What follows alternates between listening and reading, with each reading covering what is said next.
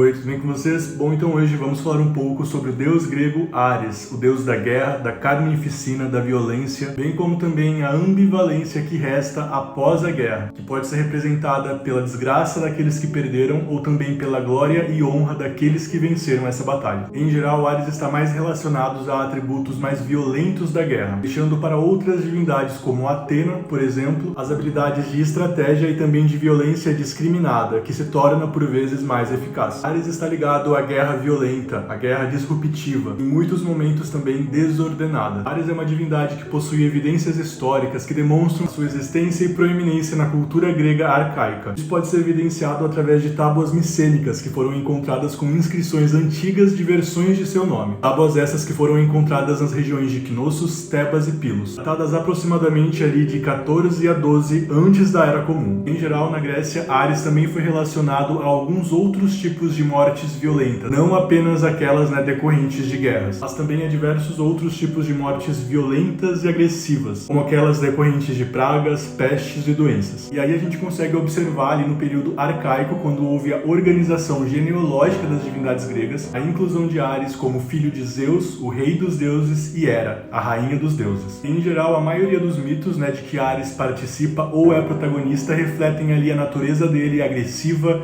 violenta, desenfreada. Muitas vezes também refletem alguns aspectos negativos, como a incapacidade de Ares de vencer ali guerras e batalhas que estão envolvendo inteligência, raciocínio e estratégia. No geral, o caráter selvagem de Ares pode ser explicado ali miticamente, pelo menos pela maioria dos historiadores, através da origem mítica dessa divindade, que está relacionada à região da Trácia. E para os gregos era uma região, um território bárbaro, violento e sem a capacidade de inteligência e estratégia. Em geral, na época das póleis, quando a gente começa ali na Grécia Antiga a ter essa reunião de cidades, Ares era uma divindade um pouco mais marginalizada, tá? Assim como Dionísio, ele estava ali ligado à irracionalidade. Basicamente, Ares estava relacionado ao êxtase do combate, da batalha, das guerras, enquanto Dionísio estava relacionado ao êxtase do vinho e também muito relacionado ao delírio místico. Mas, em geral, principalmente na região de Creta, ali pelos cretenses, era muito comum, sim, que Ares recebesse culto e também sacrifícios. Normalmente, esses sacrifícios eram realizados ali, para ele e também para Afrodite. Obviamente,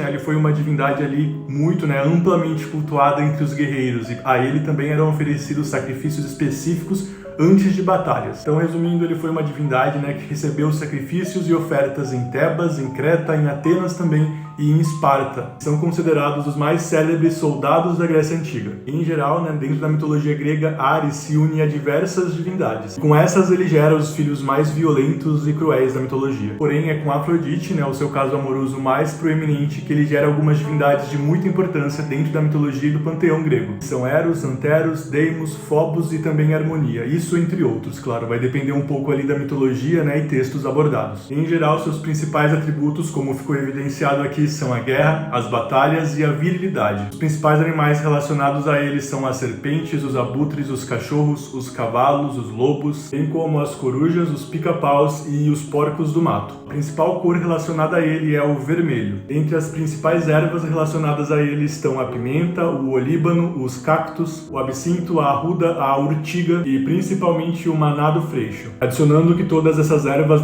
comumente também são utilizadas como ofertas para ele. Dentre os seus símbolos estão as lanças, as espadas, os elmos e também os escudos. Entre os seus principais epítetos estão Andreifontes, que significa o destruidor de homens, Apneios, que significa abundante e generoso, Enkespalos, que seria aquele que brande a lança, Hípios, aquele dos cavalos, Miaifonos, que seria aquele manchado de sangue, e também Óbrimus, que significa forte e poderoso. Lembrando que esses são apenas alguns dos epítetos dele, tá? Eu vou deixar aqui alguns sites, blogs onde você pode, se quiser, estudar um pouco mais sobre ele. Lá na playlist livros, eu também indico alguns livros, que você pode utilizar para estudar um pouco mais sobre a religião grega, e também aqui nessa mesma playlist, deuses gregos, eu também tenho mais algumas indicações. Lembrando, é claro, também que pelo link da bio também tem um Drive, e lá eu também tenho algumas pastas separadas, que podem te ajudar um pouco também a conhecer a mitologia e também um pouco do culto mesmo a essas divindades. Bom, então é isso, tá? Espero ter ajudado e tchau, tchau!